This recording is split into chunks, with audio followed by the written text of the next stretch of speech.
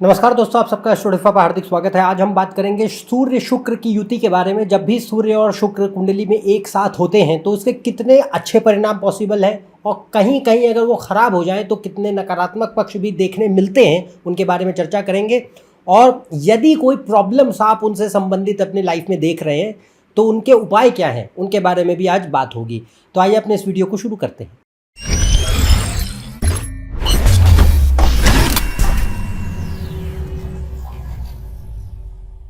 यदि आप उसे कंसल्टेशन लेना चाहते हैं तो ऊपर दिए हुए वेबसाइट पर जा सकते हैं, इसका लिंक डिस्क्रिप्शन में मौजूद है। तो हम बात कर रहे हैं सूर्य शुक्र युति के बारे में।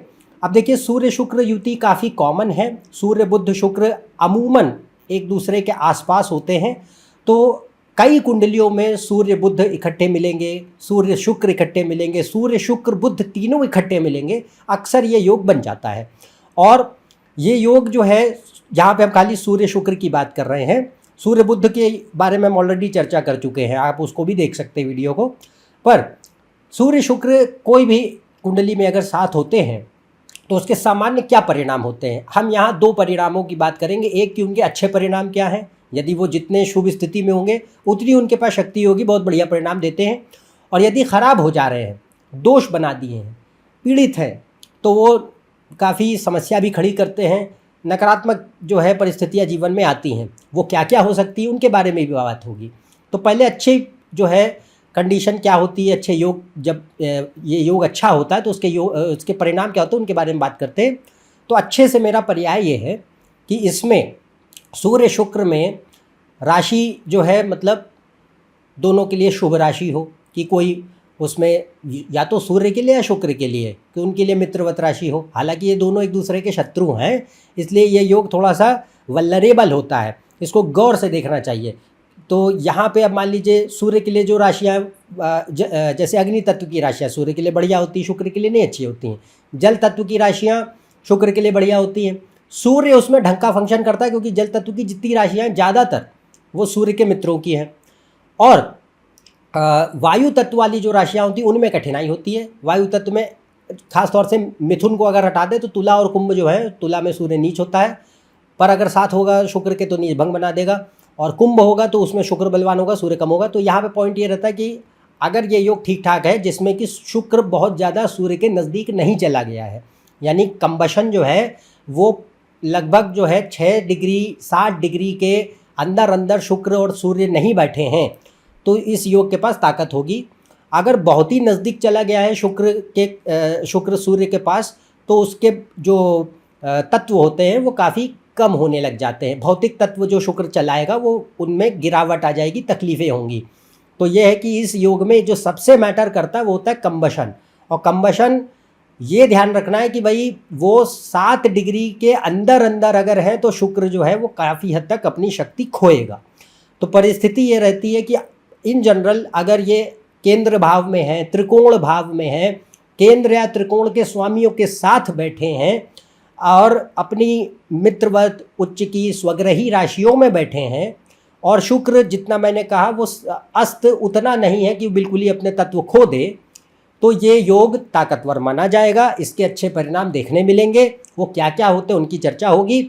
और इसके साथ साथ चंद्र और लग्नेश को जरूर देखें, क्योंकि सूर्य चंद्र लग्नेश ये कुंडली का बल चलाते हैं। जितना सूर्य चंद्र लग्नेश बलवान होंगे उतना अच्छे रिजल्ट आएंगे। तो शुभ परिणाम क्या हो सकते हैं उसकी चर्चा होती है।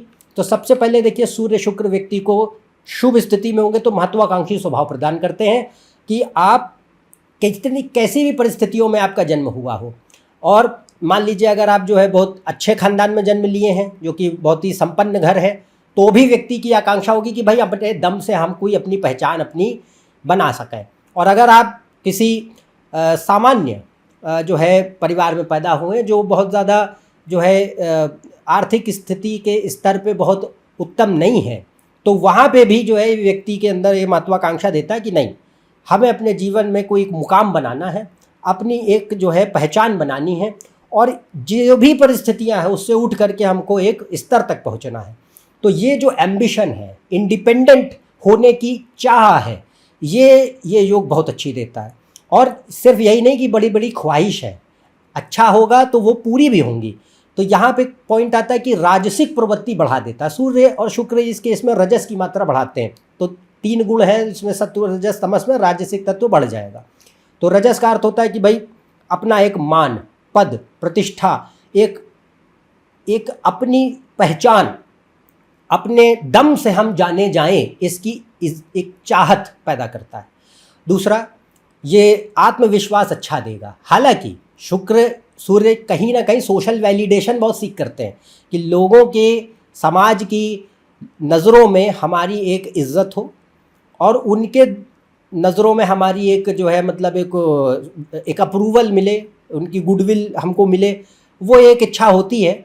तो कहीं ना कहीं सोशल वैलिडेशन तो इम्पॉर्टेंट बनेगा ताकि आप अपने आप को ये समझ सके कि नहीं, आई एम वर्दी and I have done something in life, I have accomplish something in life, ये गुण तो आता है। बट ये रहता है कि यहाँ पे आत्मविश्वास भी अच्छा देता है कि व्यक्ति को कहीं ना कहीं विश्वास है भाई कि हाँ, हम अपने ऊपर बहुत आत्मसंदेह नहीं करते, अपनी काबिलियत, अपने पुरुषार्थ, अपने परिश्रम पे व्यक्ति को यकीन होता है कि हाँ, अगर मैं कुछ मेहनत मशक्क़त करूँगा तो कुछ ना कुछ हासिल करूँगा मैं। तो वो जो पार्ट होता है कि आत्मविश्वास बढ़ाता है। इसके अलावा थोड़ा बहुत देखिए कहीं ना कहीं ये सेल्फ ऑब्सेस्ड बनाएगा, क्योंकि यहाँ पे परिस्थिति क्या है, सूर्य है ईगो और शुक्र है भौतिक जगत। तो इसमें एक पार्ट आता है कि कहीं ना कहीं हम अपनी महत्वाकांक्षाओं में इतना गहरे खो जाते हैं कभी कभी कि हमको ये पता ही नहीं रहता कि बाकी भी जीवन के और हिस्से हैं जिन पे जो महत्वपूर्ण है, जैसे शादी ब्याह परिवार, ये भी होता है।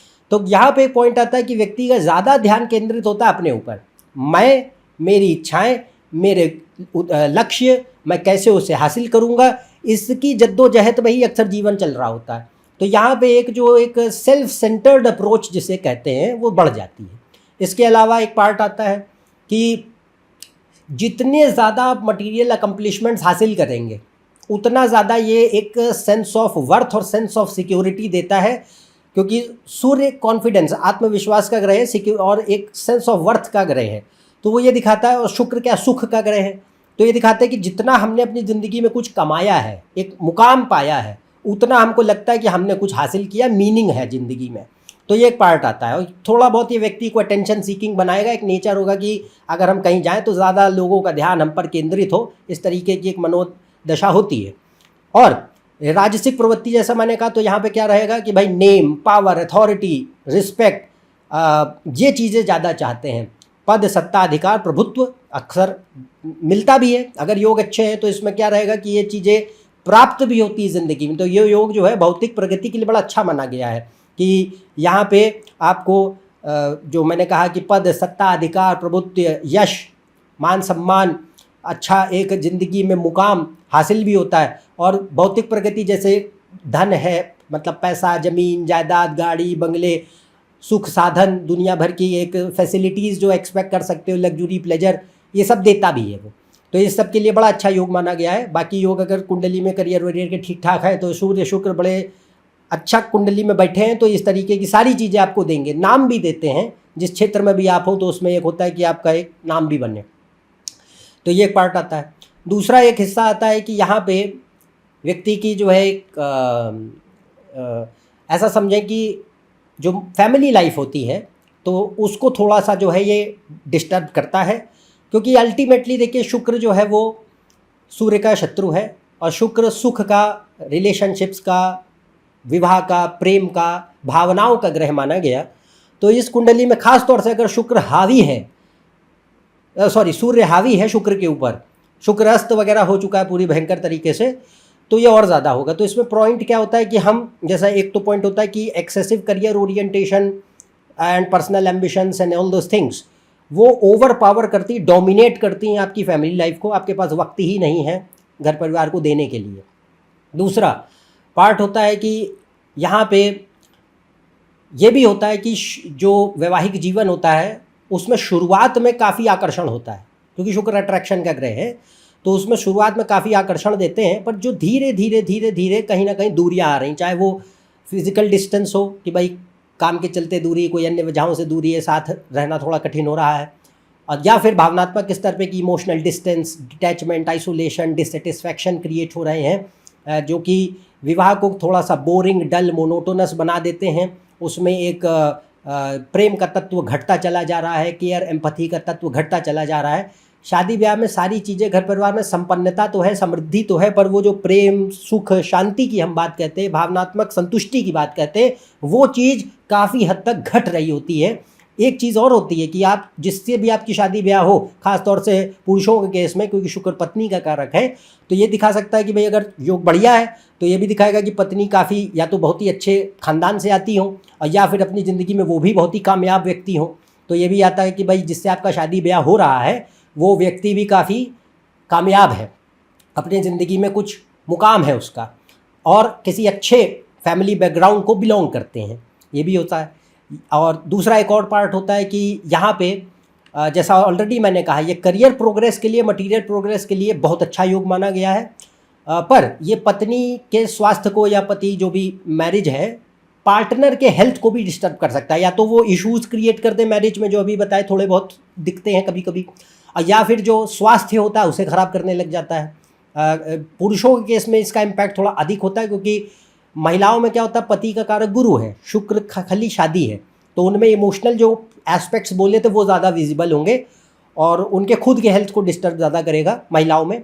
पुरुषों में क्या रहेगा, पत्नी के स्वास्थ्य को अधिक डिस्टर्ब करता है, खुद के हेल्थ को भी डिस्टर्ब कर सकता है अगर रोग वगैरह दे रहा है तो, पर उसकी अभी थोड़ी देर में चर्चा होगी।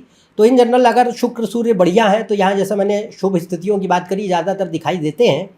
और इसमें ये योग जो है हर बार तो नहीं, पर कुंडली में योग देखने पड़ते हैं। ये सूर्य क्या होता है, रोशनी, प्रकाश, तो जो भी ग्रह सूर्य के साथ बढ़ते हैं उनकी क्वालिटी बहुत बढ़ जाती है, वो उनको और प्रकाशित कर देता है।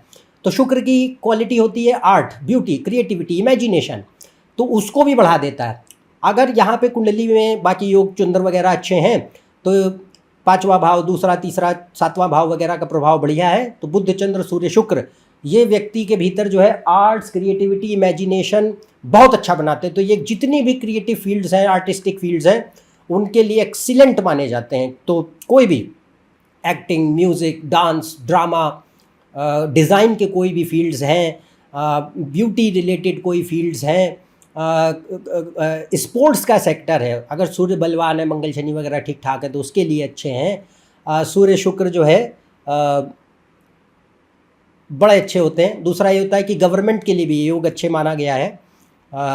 सरकारी या ऊंचे पद हैं, कोई भी कॉरपोरेट में भी हो तो भी senior positions, high administration, management, leadership, power, authority, politics, इनके लिए बहुत अच्छा योग माना गया है। इसके लिए योग देखने पड़ते हैं बाकी कैसे हैं।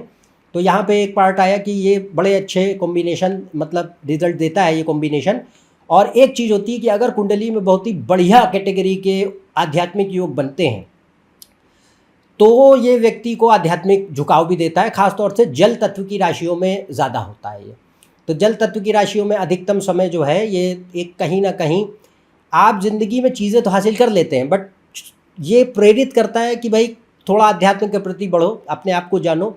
तो वो एक एलिमेंट क्रिएट करता है इंटरनल डिससेटिस्फैक्शन का, डिटैचमेंट का, आइसोलेशन का, अनहैप्पीनेस का, एम्प्टीनेस का, अशांति और खालीपन, अधूरापन अंदर से महसूस होता है।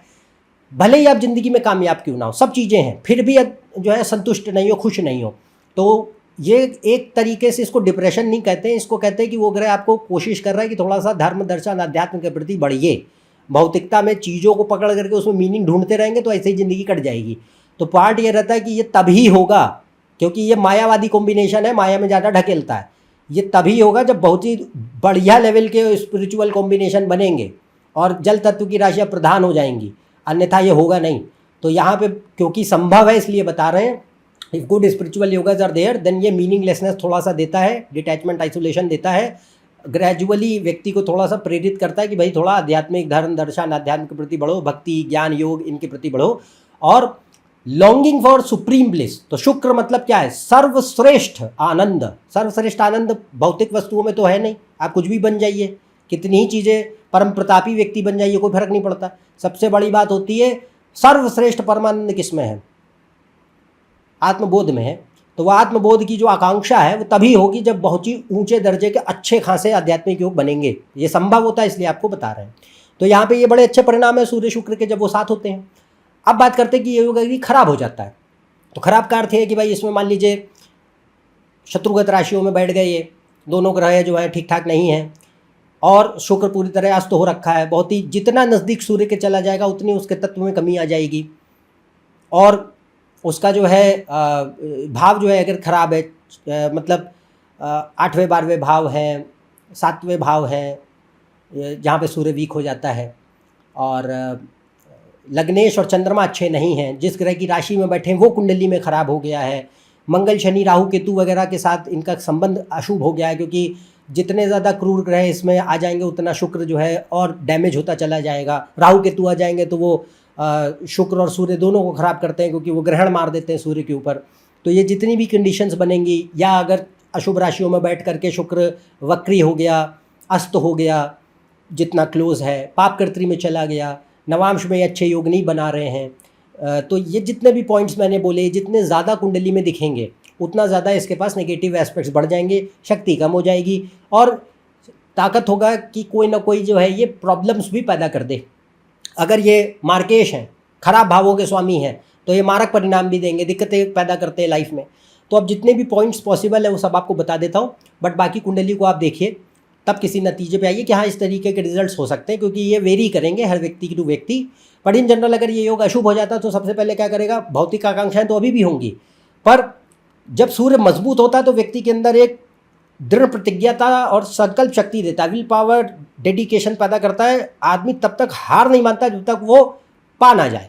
पर अगर खराब हो गया तो क्या होगा, इच्छाएं तो हैं, मेहनत करनी नहीं है, शॉर्टकट्स ढूंढते हैं, किसी भी तरीके से बस चीज़ें पूरी हो जाएं, कोई किसी को नुकसान पहुंच जाए कोई फ़र्क नहीं पड़ता, अधर्म का सहारा लेना पड़े, भ्रष्टाचार करें, गैर कानूनी अवैध गतिविधियों में चले जाएं, कोई फ़र्क नहीं पड़ता। व्यक्ति इतना लोभी बना देता है उसको कि आपके लिए अब खाली इच्छा पूर्ति ही सर्वोपरि है।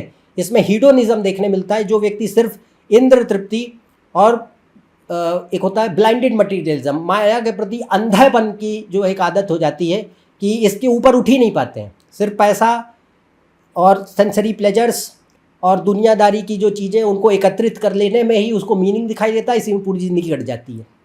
तो हीडोनिज्म, ब्लाइंडेड मटीरियलिज्म एंड लालच, लोभ है, स्वार्थपरता है, सेल्फ ऑब्सेशन पराकाष्ठा पे होता है कि या तो इसमें बिल्कुल ही जो है वो नार्सिसिस्टिक बना देगा, या फिर बिल्कुल ही कोई कॉन्फिडेंस नाम की चीज़ ही नहीं है, एक्सट्रीमली लो सेल्फ स्टीम, कोई भी पॉसिबल है। ये सूर्य के ऊपर डिपेंड करेगा। सूर्य अगर बलवान होकर के ख़राब हो गया तो परिस्थिति क्या होगी, नार्सिसिज्म आ जाएगा, भयानक ईगोमेनिया है। और अगर जो है ख़राब है, मतलब कमज़ोर है, तो फिर वहाँ क्या होगा, अपने ऊपर व्यक्ति को कोई विश्वास ही नहीं है, आत्मविश्वास की कोई इतनी भारी कमी रहती है कि कोई काम ही नहीं कर पाते। तो यहाँ पे ये भी पॉसिबल है। इसके अलावा ये काफ़ी हद तक जो है आइडेंटिटी क्राइसिस देता है, दूसरों से व्यक्ति आसानी से प्रभावित होते हैं, अपना एक दृष्टिकोण नहीं होता कि मैं खुद कौन हूँ, दूसरों के नज़रों से हमेशा अपने आप को जज करने की आदत होती है, डेस्परेट सोशल वैलिडेशन देखने मिलता है, पोसेसिवनेस है, जेलेसी है, कंट्रोलिंग नेचर है, एक तरीके से बहुत ही क्लिंगी नेचर जिसको कहते हैं वो देखने मिलता है, काफ़ी फेक, शैलो, हॉलो लाइफ होती है, उसमें कोई गहराई, डेप्थ नहीं है पर्सनालिटी में, वो चीज़ आती है। दो मुँहापन है, पाखंड है, हिपोक्रेसी जिसको कहें, गुरु खराब होगा तो और ज़्यादा होगा, इमोरलिटी है, अनएथिकल बिहेवियर है, देखने मिलते हैं। और संगति खराब कर सकते हैं ये, कि जो लोग आपके संगति में हैं, क्योंकि आप अक्सर आसानी से लोगों से प्रभावित हैं, तो इसमें ख़राब लोग भी आसानी से मिलते हैं तो उनसे भी प्रभावित हो जाता है व्यक्ति कभी कभी। और किसी प्रकार की लतें हैं, नशे की लतें हैं, ये भी पॉसिबल है। इसमें चंद्रमा की भूमिका बहुत ज़्यादा होती है हालांकि, but Venus can bring that, addictions of any kinds. इसके अलावा रिलेशनशिप्स बहुत ज़्यादा ख़राब होते हैं, क्योंकि ये अच्छा भी होगा तो भी डिस्टर्ब करता था रिलेशनशिप्स को, उसमें पर यह है कि चलो चलेगा ठीक ठाक, पर अगर ख़राब हो गया और बाकी कुंडली में अन्य योग जो शादी ब्याह के लिए देखे जाते हैं ठीक ठाक नहीं है, तो वहाँ पे ये रिलेशनशिप्स को लेकर के, मैरिज को लेकर बहुत ही प्रॉब्लम करता है। तो या तो रिलेशनशिप बनते नहीं हैं, बनते हैं तो चलते नहीं हैं, शादी बहुत देर से होती है, या तो अगर ऐसे ही हो गया कि शादी हो ही ना, ये भी होता है, या फिर शादी हो गई तो शादी में बहुत तरीके के प्रॉब्लम्स है, लड़ाई झगड़े बहुत होते हैं, ससुराल पक्ष से नहीं बनती है, पैसे रुपयों को लेके लालच के द्वारा शादी की गई, गोल्ड डिगिंग बिहेवियर था, झूठ बोला गया, कोई विश्वास नहीं है, कमिटमेंट नहीं है, चीटिंग टेंडेंसीज़ हैं, डिवोर्स, सेपरेशन, किसी भी तरीके की समस्याएं पॉसिबल हैं शादी ब्याह में, A to Z। और ये कॉम्बिनेशन अगर गलती से भी ख़राब होके बैठा तो ये तो लगभग तय होगा कि शादी ब्याह जो है, अगर जैसे तैसे बाकी कोई ग्रह चला भी दे रहे होंगे ना, सुख नहीं होगा। वैवाहिक सुख, पारिवारिक सुख को खत्म कर देगा। आप जिंदगी में संपन्न हो सकते हैं, पैसा हो सकता है, बाकी चीज़ें हो सकती हैं, दुनिया के मुकाम हासिल कर सकते हो, सुखी नहीं हो सकते। कुछ भी कर लो सुख नहीं देगा। तो एक पॉइंट होगा कि आप कुछ भी पा जाएं, you are always discontented, unhappy, sad, ये चीज़ रहती है। पर उसमें एक प्रॉब्लम होती है, क्योंकि आध्यात्मिक योग अगर है नहीं ढंग के, तो व्यक्ति एक चीज़ पकड़ता है और फिर उसमें वो चीज़ हासिल करी, उससे खुशी नहीं मिली, दूसरी चीज़ पकड़ ली, उससे नहीं मिली, तीसरी, तो ऐसी ज़िंदगी कट जाती है। तो ये प्रॉब्लम जो है ये आती है अगर ख़राब हो गया। इसके अलावा इसमें हम हेल्थ इश्यूज़ देख सकते हैं किसी भी प्रकार के। तो हेल्थ इश्यूज़ में आँखों से रिलेटेड प्रॉब्लम्स हैं किसी भी प्रकार की, पैंक्रियास है, इंसुलिन, डायबिटीज़ शुक्र चलाता है, वो देख सकते हैं।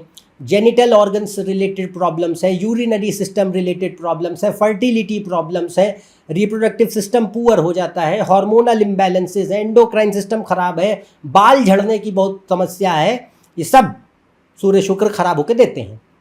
और इसमें एक और चीज़ आती है कि इसमें अगर राहु वगैरह का प्रभाव बहुत अधिक है और अधर्म बढ़ रहा है, तो यहाँ जैसा मैंने कहा, आप पैसा जो है बहुत मैटर करता है, रिश्ते मैटर नहीं करते, इमोशंस मैटर नहीं करते। वो व्यक्ति चाहे वो मतलब प्रिटेंड कर सकता है बट होते नहीं हैं। तो कंडीशन ये होती है कि वहाँ पे हम मतलब करप्शन या कोई भी गैरकानूनी गतिविधियाँ जो होती हैं उनमें लिप्त होकर के पैसा कमाने की जो एक पक्ष है वो आता है। शुक्र यहाँ पे अलक्ष्मी लाएगा, मतलब वो पैसा जो कि भ्रष्टाचार से आ रहा है, किसी को नुकसान पहुंचा के आ रहा है, अधर्म के मार्ग से आ रहा है, रिश्वतखोरी से आ रहा है, चोरी चकारी से आ रहा है, बदमाशी लूटपाट से आ रहा है, embezzlers, money launderers, tax evaders, white collar crimes हर प्रकार के दे सकता है। गलती से भी बुध राहु अगर आ गए इसमें खराब होकर, ये पक्का होगा। इसके अलावा इसमें वैश्यावृत्ति है, ड्रग्स या ट्रैफिकिंग का जो एक क्षेत्र है, ये सब इससे देखा जा सकता है। तो अब इसमें आपको ये ऐसे नहीं देखना है कि हाँ भाई ये खराब हो गया तो ऐसे देगा ना।